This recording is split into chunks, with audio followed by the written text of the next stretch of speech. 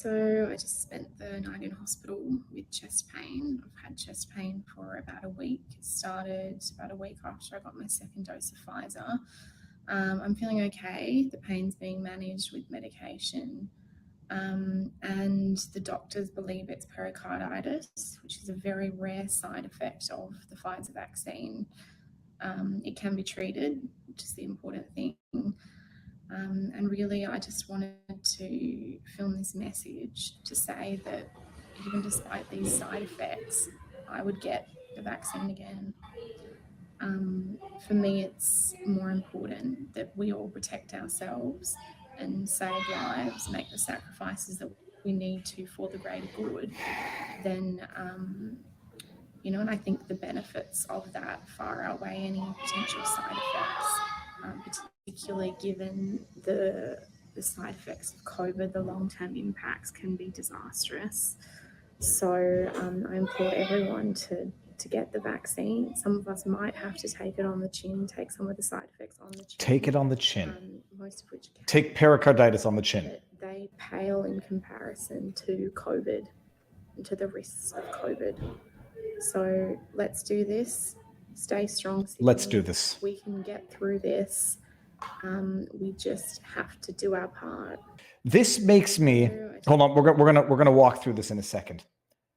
I don't want to say this enrages me, because I don't know whether or not to be enraged at this individual or just feel terrible for this individual. Part of me feels like there is literally, maybe not literally, someone holding a proverbial gun to this woman's head off camera saying, "You're in the hospital.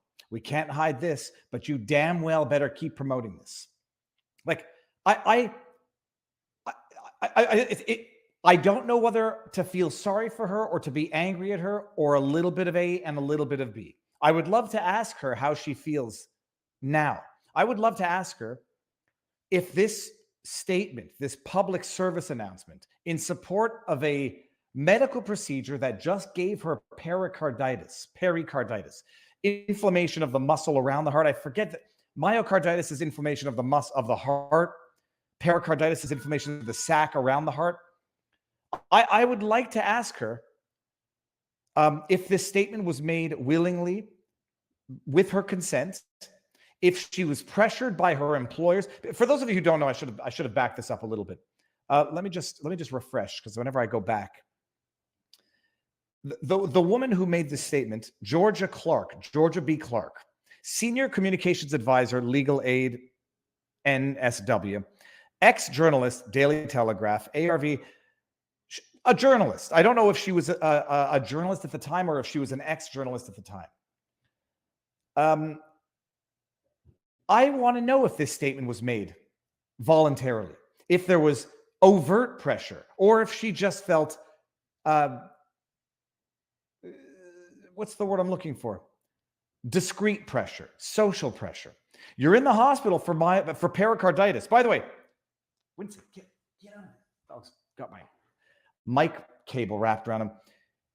You're in the hospital for heart sac inflammation, pericarditis. It's treatable, though. You know what else is treatable? COVID.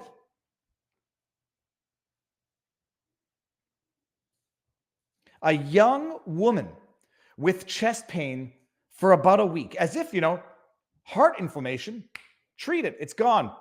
No harm, no foul. Line yourself up for your next jab and wait for the punchline of this.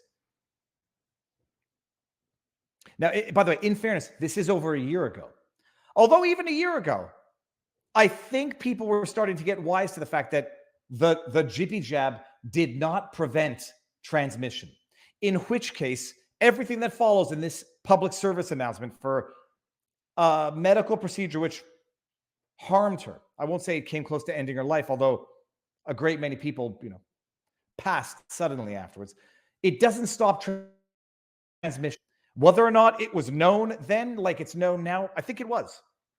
Very rare. One in 5,000. 1 in 5,000, very rare. You know what else can be treated? You know what else is pretty rare? Young people passing from the Rona. Despite this, despite the side effects. Now, this is where I don't know whether or not to feel bad or to feel angry. If this person now has suffered potentially irreversible, although it was treated, serious side effects, now urging others to go out and do it because she thinks it's for the greater good, whatever that possible greater good could be. Is this a case of brainwashed Stockholm syndrome? Is this a case of someone who actually believes this? Or is this a case of misery loves company? I took it on the chin. Now it's your turn to risk taking it on the chin. By the way, I would love to talk to her today to see if she feels the same way today that she did a year ago, but it doesn't prevent transmission. Does this statement still hold true? You want to sacrifice your own heart, you go ahead and do that. Oh yeah, just a wee bit of pericarditis. They can be. I suspect the long-term impacts of pericarditis can also be disastrous. Some of us might. Who the hell do you think you're talking for? I want to, like, some of us might have. That's a risk she's willing to take. I even if I'm supposed to be angry with her, I still feel bad for her. That is pathological.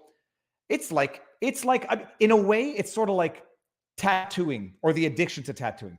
I've discussed this with people. It generates a certain bit of pain when it's done. It releases endorphins. You feel like you've gotten through some pain and you have something to show for it. And it's sort of a rush. I appreciate that. And I appreciate that with no judgment. This pathological risk of harming yourself for no better, you don't even have a tattoo to show for it at the end of it. I mean, you get a hospital stay to show for it. This is like the thrill, the risk, virtue signaling so hard that you're willing to give yourself the risk of myocarditis, pericarditis, whatever other potential side effects you want. But it feels so good that just saying, I do it again, that releases the virtue endorphins that we all need. By the way, there is a bigger punchline to this. The same journalist, let me just see when this picture was from. Did I get the date on this? August 20th. I just saw my cardiologist. This is her cardiologist giving her this advice. And the inflammatory markers for the pericarditis are gone. So I'm well and truly on the mend. I hope you're right. I just know what other doctors have told me about the long-term effects of myocarditis and pericarditis. I still have to lay low with exercise, just minor things, because I can't stress my heart. Just that thing in the center of my body that controls pretty much everything else. I still have to lay low and exercise and monitor for relapse, but I'm feeling better. He also says I should be okay to get a booster shot. I'd like to know the name of that cardiologist so that I can make sure never to see that person, never to have a loved one go to visit that cardiologist. He says I should lay low for a while. You'll get over it. Don't exercise, though. Don't want to stress your heart after this bout of pericarditis. But you should be good for the booster of the very same vaccine that gave you pericarditis in the first place. If that cardiologist told her that, and I would like to ask her this as well, that cardiologist should have his or her license revoked.